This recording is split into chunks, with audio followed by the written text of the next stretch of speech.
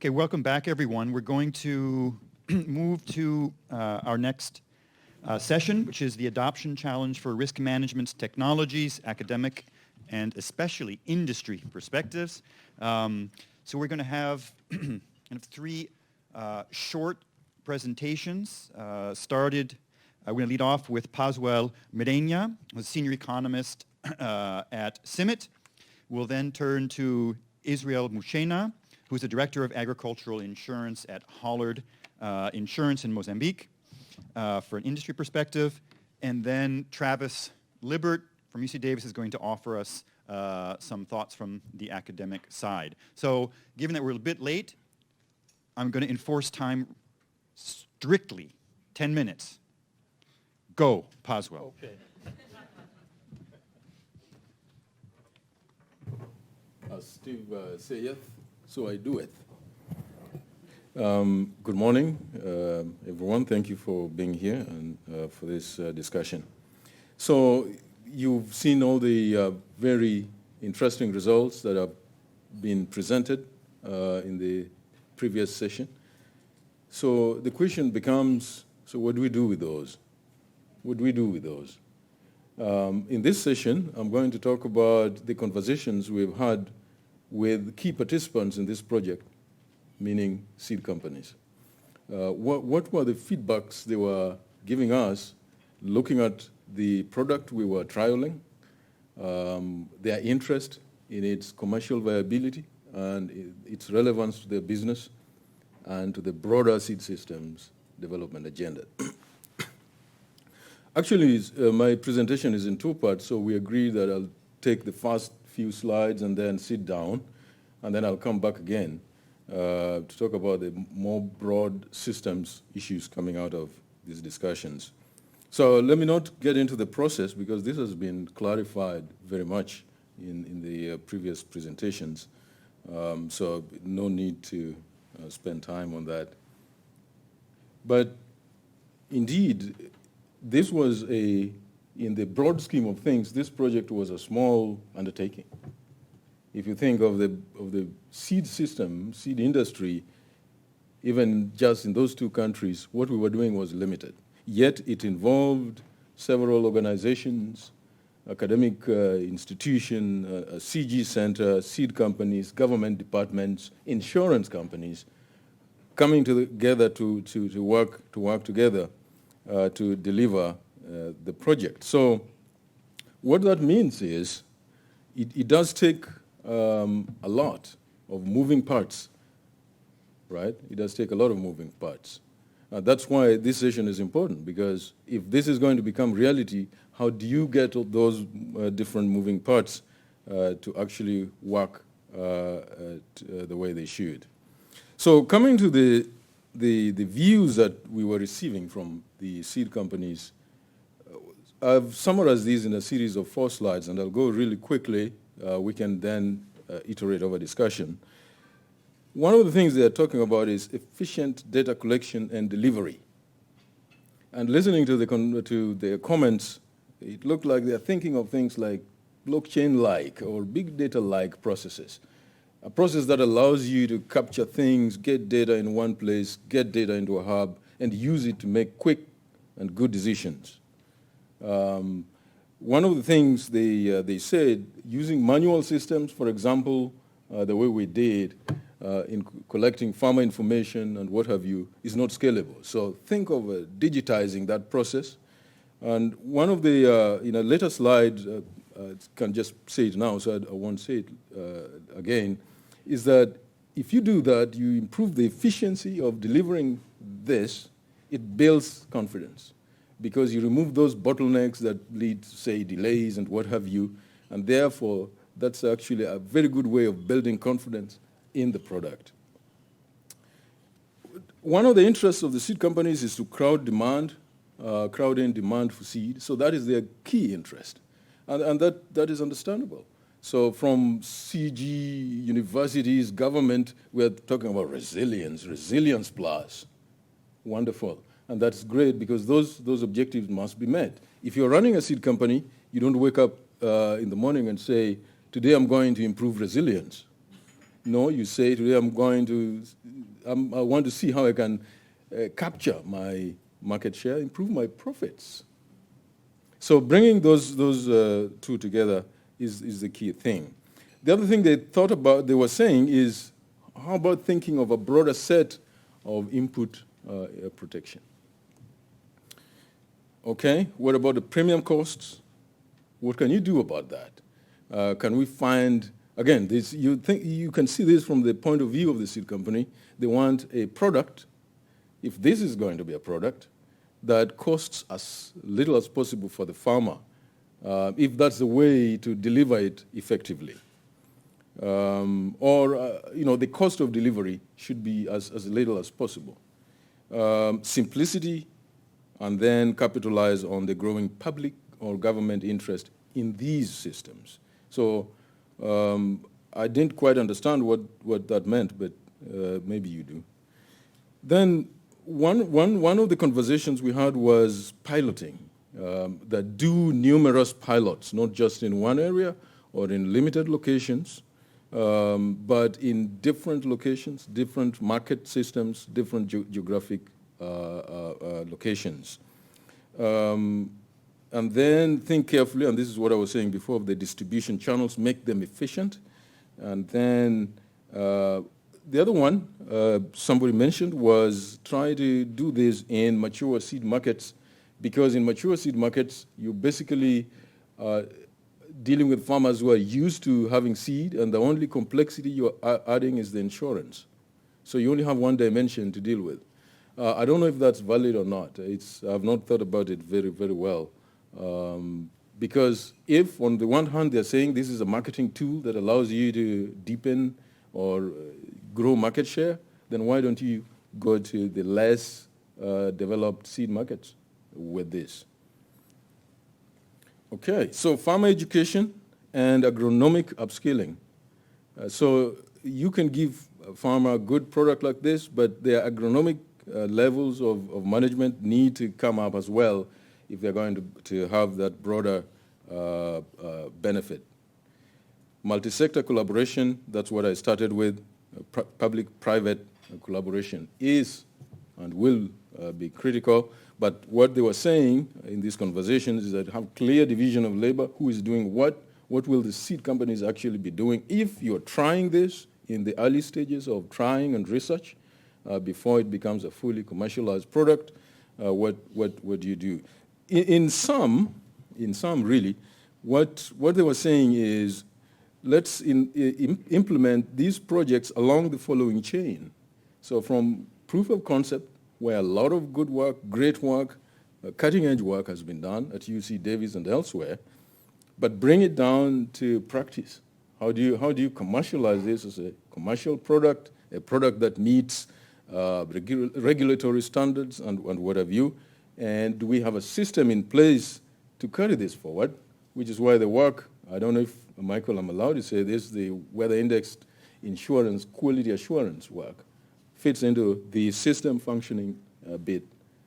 So that fits in that chain. So the conversations are encouraging this kind of approach, that the work is not done when we do the upstream analysis and understand farmer behavior and what have you.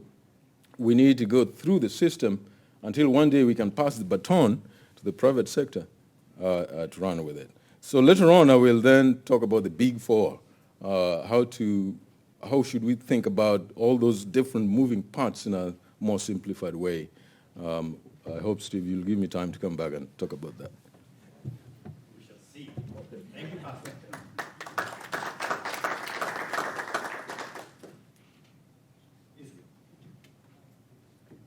Oh, you don't need this, yeah.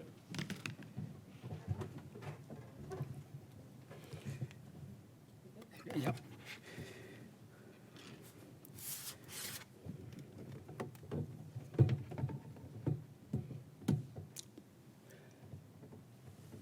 Good morning. All right. I would like to. Yeah, I've closed it. Go ahead, you start. All right. Ignore me. All right. I would like to thank UC Davis USAID, Feed the Future, and CIMMYT for the opportunity to come and present the insurer perspective on this issue of combining seed and insurance. We've got time constraints, so what I think I'm going to do for now, maybe if we have questions then I can elaborate a little bit more. I will focus on Mozambique as one of the areas that was covered in the research by UC Davis, and I will also respond to some of the issues that were raised by Paswel as well as other speakers around the seed companies and comment on that. And then if we have a bit more time, I can go into more specifics on Mozambique and some of the discussions that came about issues of economics and price and cost of maize in Southern Africa. So first of all, why are we as an insurer interested in partnering with seed companies in order to deliver index-based insurance to protect smallholder farmers against the risk of adverse climate conditions? The first reason why we are interested in seed companies is that we believe that the seed companies that we have identified are from the private sector, and because they are from the private sector and they are in business already and they want to continue doing business in Mozambique and supplying the same target farmers that we want to insure, we believe that that is one of the ways that we can achieve sustainability. The second reason why we're looking at the private sector is that we are aware that, for instance, Paswel spoke about public-private sector collaboration, and we are aware that the government, especially in Mozambique, has not been able to achieve some of the key goals that it has set for itself on the area of agriculture development. I will give you an example of something that I was recently discussing with Professor Carter, which is an agreement that was signed in 2003, and it is called the Maputo Declaration. Coincidentally, it was signed in Maputo, where I'm based. And in the Maputo Declaration, African governments committed to increase investment in agriculture to a target of 10%. Professor Carter got hold of me last week and said, where is Mozambique? I delivered the bad news that since 2003, the investment in agriculture has actually been declining. And currently, agriculture and rural development, which includes other things besides agriculture, represents roughly 3.2% of the national budget. So contrary to the goals set in 2003 by the government of Mozambique to increase investment in agriculture, we can actually see a reduction in investment in agriculture. And because of that reduction in agriculture, I'm not surprised when I hear from Steve and Olaf that the areas that they were looking at in the research in Mozambique, there were very minimal investments in inputs. So this is one of the reasons why we are not waiting for the government to achieve its goal of 10% achievement. We are saying, how can we look for companies that are already dealing with these smallholder farmers? And what can we do as an insurance company to enhance the services or support their efforts in supporting these smallholder farmers? The next point that we are taking into account when we are targeting seed companies is the fact that the companies that we've identified already have existing infrastructure in the areas where we want to distribute our product of index insurance. This is an important advantage. If you look at traditional insurance distribution channels, which are insurance brokers, they are mainly located in Maputo. So they may have the knowledge around insurance, which would be helpful in delivering the products to the customers, but they do not have infrastructure into the target areas that we're talking about. And when we talk about infrastructure in the target areas, this becomes very important because do not forget that Mozambique has got a surface area of nearly 800,000 square kilometers.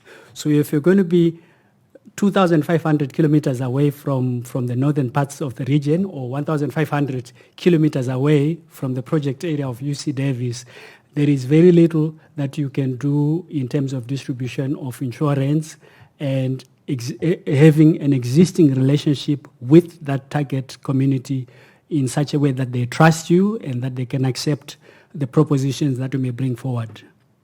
So as a result of that, we find that the seed companies, many of them have developed agro-dealers, so they already have got infrastructure that is in place, and we're trying to work with that infrastructure which is already in place. The next point that we are considering, and which we think is very important, is that it is important to identify partners that are committed. And I would like to underline commitment, partners that are committed, because what you'll find on the African continent is that there are many people that will be interested in exploring or trying out things, but once the donor funding is no longer there, once the research is going, the work stops because the commitment and the wish to continue to work with the target communities is not there. And what we are finding with seed companies like Phoenix is that even before UC Davis came and said, we want to do research on drought-tolerant seed, plus the inclusion of insurance, they were already trying to work with those communities. They're already trying to deal with them. So when we approach them and we say we have something that can help to improve the welfare of your target community, they're very interested. So for us, that prior commitment is very important. And I believe that is one of the big weaknesses, especially with some of the development agencies that try to go into these areas, because for them, that's the activity, that's the work that they're trying to do once there's funding. When that funding is no longer there, the interest is not gone. But in our case, when UC Davis completed its studies in 2017, we have actually continued with Phoenix in the index insurance initiatives that we have started with UC Davis. And the good news I would like to advise you is that we have already put forward a proposal through to FinTrack in which we are proposing to do an even bigger project with Phoenix. And the reason why we've applied to FinTrack was that through some divine intervention, at the beginning of this year, there was a massive cyclone that affected Mozambique called Cyclone Idai, with an impact of roughly $850 million on the GDP, and all the development agencies and low-income producers totally uninsured, and they were all taken back, which is exactly the statement that Greg Collins referred to when he said that one of the biggest problems with risk is that if we don't apply appropriate risk management measures, we run the risk each time they occur to be taken backwards and to lose all the steps that we would have achieved. So what we noted from USAID /FinTrack is that following the embarrassing disaster that occurred after Cyclone Idai, is that they put forward an invitation for proposals on risk mitigation solutions to protect smallholder farmers. And Hollard and Phoenix, in collaboration, we have put together a proposal. And in that proposal, we are still linking it to private sector initiatives. So one of the things that we're doing is that currently, Phoenix distributes 800,000 tons of maize. And the goal, the business-related goal of Phoenix, has been to increase the volume of sales from 800,000 to the golden figure of 1 million tons. And the proposal that we're putting forward to FinTrack and USAID, which is basically aimed at assisting with the education and consumer awareness, since we are not working with traditional insurance channels, in addition to the things that we're proposing around index insurance, we are also saying these are the goals that we want to achieve in terms of the business initiative. And whether we get that funding or not, we will continue. Obviously, if we don't get the funding, we might not be able to achieve the scale that we want. We might not be able to achieve the awareness that we would want to achieve. We might not be able to do as much research as we would want, but we would continue and we would move ahead. The next point I wanted to raise is that I enjoyed the presentation from Olaf and around issues of risk resilience. The point I wanted to also add, besides all the advantages that were raised by Laura and Steve on the empirical evidence of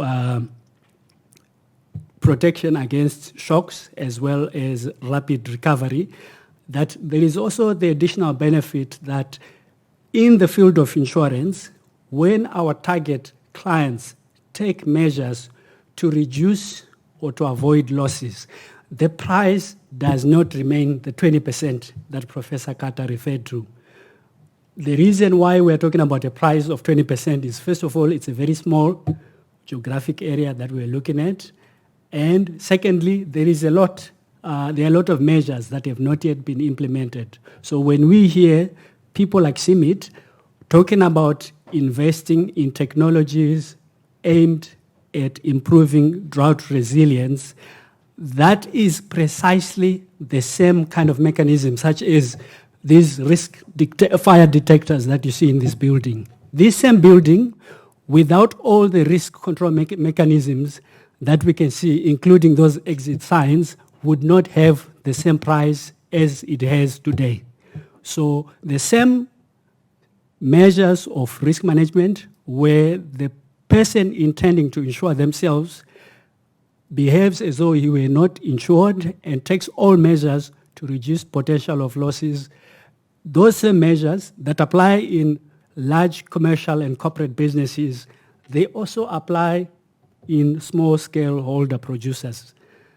And in addition to the impact on price, in fact, there is an even bigger problem, and I'm going to look at Professor Carter, that if we don't take measures to avoid recurrence of the same problems, the capacity will actually dry up. If we talk about fires in the USA, field fires, you are close to a stage where it will just become impossible to insure. So in my view, I'd like to say that when I hear us talking about drought resilience, that is an important initiative, because not only will it help us to illustrate that the people we're trying to collaborate with are taking all the measures necessary to reduce the impact and frequency of claims, but it also helps us to ensure that we continue to have the capacity and the appetite for underwriters to be involved in this area. One of the conversations I was just actually having with one of the representatives of the USAID was that he asked me, how many other countries are doing what you're doing in Mozambique? I said, very few, without the involvement of development agencies. And even in Mozambique, it's only Hollard out of the 25 registered insurers there. Why? Because everybody clearly understands that agriculture has massive exposure to natural risks. And then there is very little investment in protecting the smallholder farmer. So when I heard about the drought resilience, and I know that is still work in progress in some of the areas, I think that those are important conditions that we need to take into account. The second point, the second point I just wanted to mention was that with the increased value of the seed and the increased investment, it also becomes very important to protect that investment. So in my view, what we believe is actually quite important is that as we spend more time in using the technology to reduce the impact of the losses, and if we begin to succeed, whatever we've got, when the farmer purchases that seed with the improved technology, it becomes even more important to ensure that that investment, even if it's going to be higher than the usual cost of normal seed without that drought resilience, it becomes even more important to protect that resource, because the farmers that we're talking about here have got limited financial resources. I shall stop here, and if there are any questions, I can always continue further on. Thank you.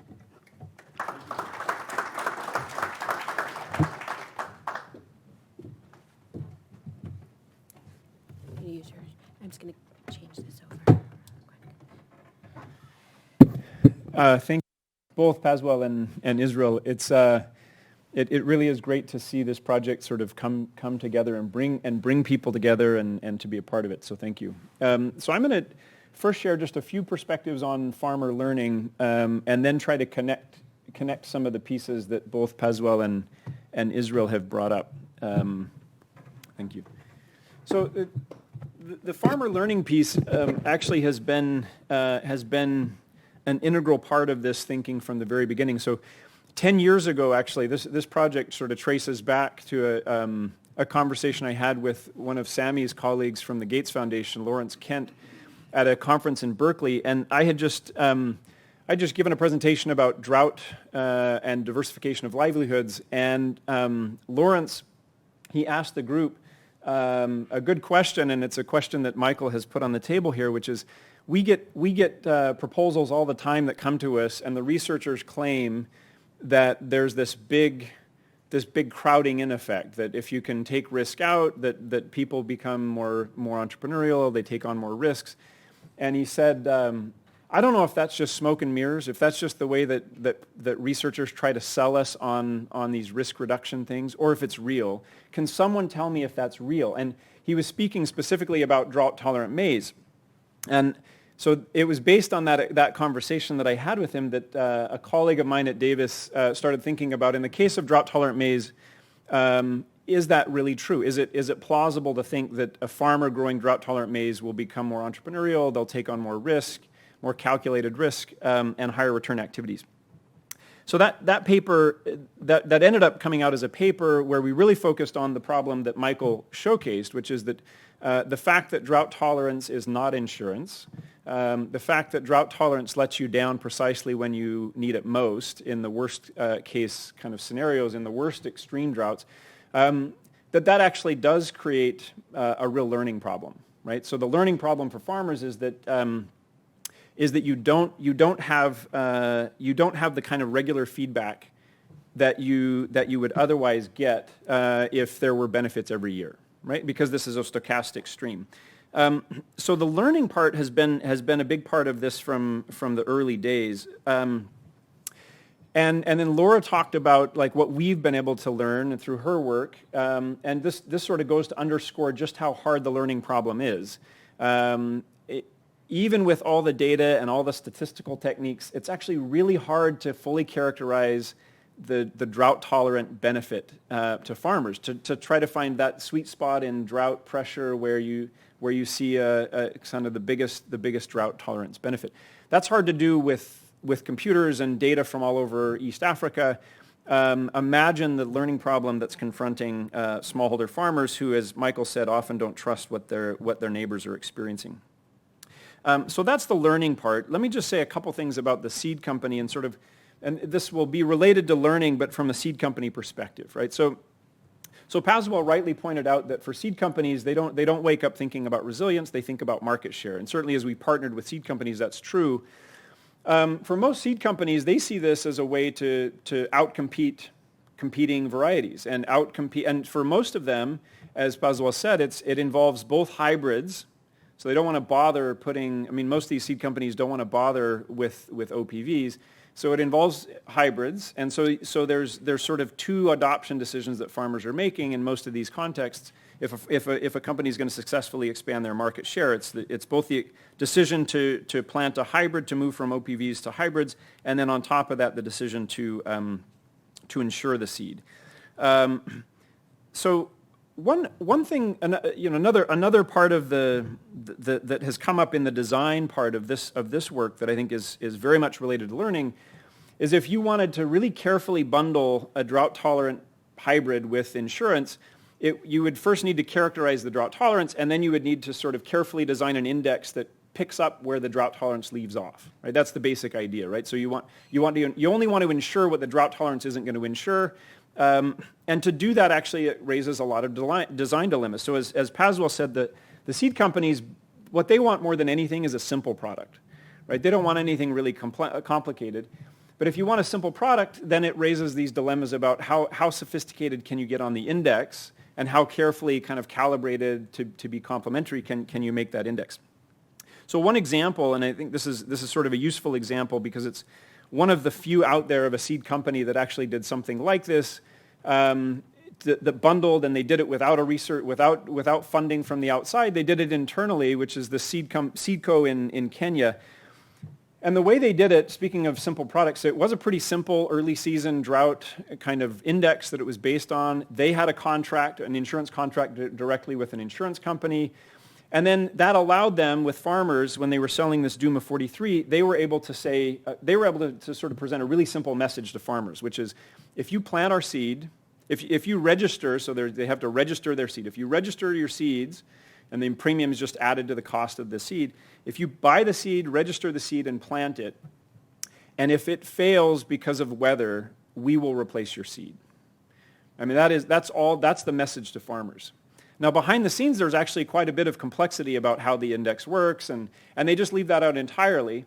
And then they rely on essentially a built-in kind of fail-safe, kind of fuzzy fail-safe, which is if the index triggers, they just send you the money, and it shows up in your M-Pesa account. If it doesn't trigger, they rely on the farmers to basically contact them and say, hey, my seed's failed. And you know what they do? They send out an agent. And this is actually to the advantage of Seedco because the agent they convene a farmer group. So it's basically built into their marketing budget that they have a contact with farmers, and it doesn't require a separate audit, and it doesn't. So it's just, but this is because it's a low-stakes seed replacement product. So that's a case where the learning problem is much simpler because the message to farmers is much simpler. There's nothing about what the index is. Farmers aren't the contracting parties. They just have the benefit of a contact with the seed company. So let me just say. The one last comment just on the design, and then I'll turn it back to Steve. I mean, it does raise these learning questions really hinge on some of these design dimensions, right? So the complexity of the index, there's this trade-off between how well you're able to predict the experience of a given farmer, so how much you're able to reduce basis risk, with the transparency, like how much of the complexity do farmers need to know? Maybe not very much. How much response time is there? So one of the things that works in the Seedco case is that they're able to actually be, after you plant your seed, they will be in your village 2.5 or 3 weeks later if there's a triggered event. That actually increases learning. It's actually why they can build that into their marketing budget because it's almost immediate, right? So something that triggers at the end of the season and then takes 5 weeks or 5 months to process, and then finally the farmers get a contact, that's going to make learning even harder. And then the last thing I'll say, I think it's both encouraging, this follows on Israel's point. I mean, ultimately, this is where seed companies and insurance companies like Israel's, this is where they need to pick up, right? This is where, so hearing about Israel's continued partnership with Phoenix Seed and trying to figure out how do you get those efficiencies in, how do you lower the premium, I mean, that's the kind of innovation in this space that I think is useful, while keeping in mind that the farmer's learning problem here is sort of at the core of all that. I'll stop there. Thanks, Travis. So, Paswel, we're not going to have time, I apologize, for the next set of your slides because some of the presenters in the next panel have a very tight time frame, and I want to leave a few minutes for questions and discussion based on the very interesting points that you all have made. So let's take, Sophie, can we do about 5 minutes? Okay, so questions, comments for our panelists?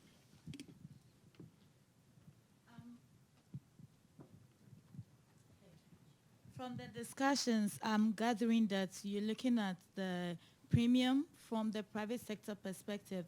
It's more of the market share that they tend to get. But I'm also wondering when they are trying to set the premium, in this case of the 20% increase in the price, were they considering the impact on the farmer in terms of his ability to pay or ability to continue in the system? So as private sectors are setting these premium prices, what are the factors they are considering? And do they go beyond their incentives to actually look at this smallholder farmer and the ability to afford or for this premium to be sustainable to them?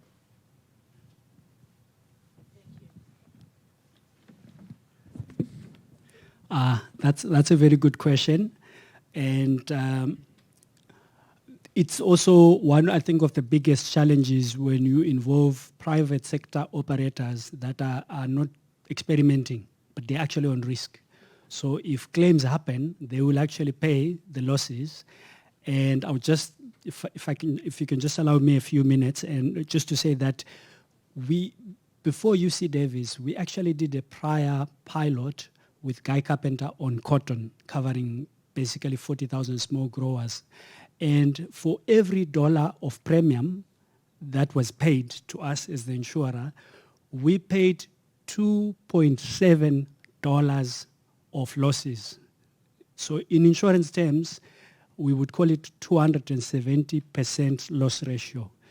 If you grab the loss ratio, if you grab profit and loss reports of average insurance companies in Africa, you will find that on average, the type of business that we're doing has got loss ratios of 30 to 70%. Because when you are paying 30 to 70%, it means that you are still left with about 30% to cover your costs of doing business, profit margin, and still remain in business. If we in insurance were to go into a business where for every dollar that we receive, we spend 3 before we talk about our administration expenses, it no longer becomes a feasible insurance business model. So on our side, definitely, we would like to try out these different projects and different initiatives.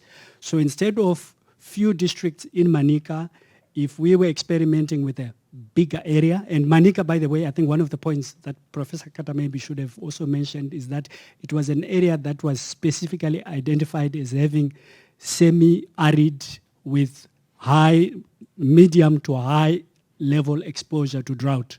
So the true price should actually have been higher. And to answer your question more directly is that in the field of index insurance, the pricing for the given area is actually calculated on the basis of the experience in that area. So if we chose the specific 2 districts that we looked at in Manica, what we were able to do is to run simulations of the designed contract over the last 20 years in order to actually understand what is the true cost of risk. So the 20%, unfortunately, we were not looking at affordability for the farmer. It was a very technical rate. The affordability questions come in terms of, do we put any profit margins? 0. Do we put any administration and cost of acquisition? 0. So we actually did it at a loss. And at this stage, if you look at the projects that Hollard has done from 2012 up to today, we are sitting at an average loss ratio of 213%. So the costs are much higher. The cost of risk that we're assuming are much higher. We probably should be charging a higher rate, but because we're concerned about affordability, we try to subsidize, we try to absorb some of the losses, because what we want to do is to try out these things and then persuade companies like Phoenix to say, instead of one district, if we covered the entire country, not the whole country of Mozambique suffered from drought, what we will tend to find is that then the prices become affordable for the individual farmer. So whilst we're experimenting, and this is why I spoke about people like FinTrack, this is where it is important if we can get some people to assist in the funding without distorting the underlying insurance model that we use to price the risk. Can I say, just because it's directly related to that, I think the seed company perspective here is important. So that SeedCo experience that I mentioned, the first year that they ran that, they only added the subsidy amount to the retail price of seeds in the drought-prone areas. And they realized that actually made it too expensive in that area. So the second year, and this is where it really took off in the subsequent years, they spread it across, so it's basically just tacked on to the price of seeds no matter where it was sold. And that allowed them to kind of to cross-subsidize, and it lowered the premium. So basically, then they let farmers self-select into where they actually activate the insurance, and that's mainly in the insurance place. But they were able to keep the premium a little bit lower because people in less drought-prone areas were also paying a subsidy or paying a premium.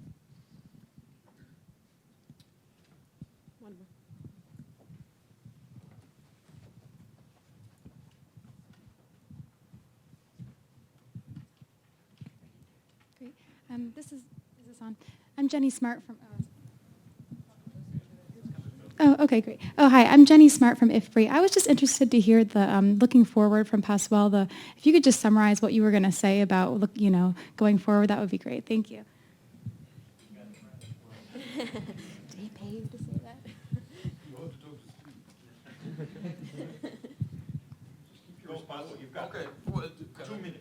Well, yeah, no. So there were four things that I was thinking about, and the four things were finding optimal ways to get the genetic technologies, the drought-tolerant seed, with financial technologies together,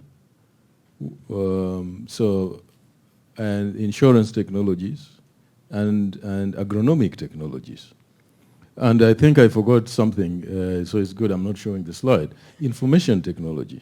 So infotech, insurtech, gene tech, fintech, agrotech. So it sounds like some kind of poetry, bad poetry.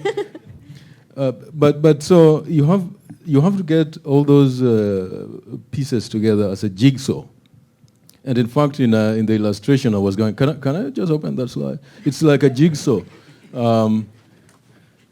Sorry, I'll just display it. So how do you create that jigsaw, and will it work in real life? If we could work on, if we could work in that area, and eventually say, here's a product that actually brings.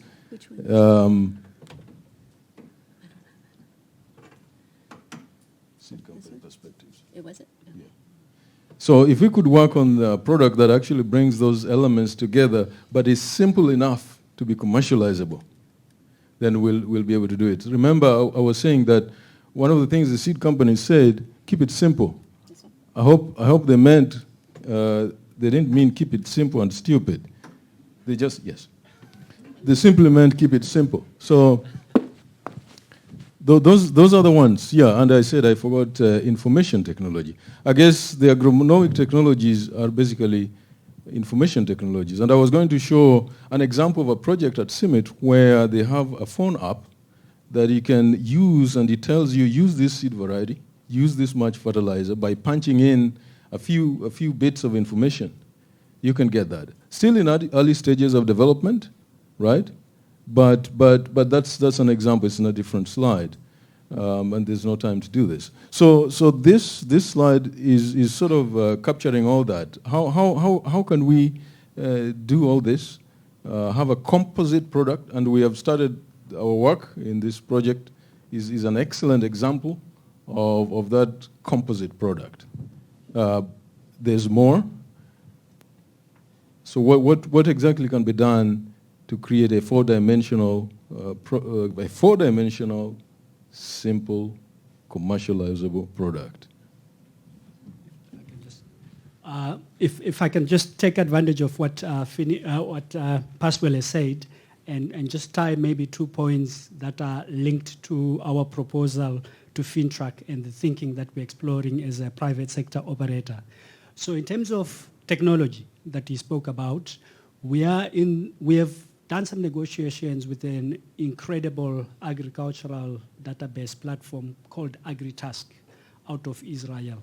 So the funding that we're looking for, and we are basically saying, look at it as seed capital. It only needs to happen once for us to get started. Thereafter, this thing will take off on its own.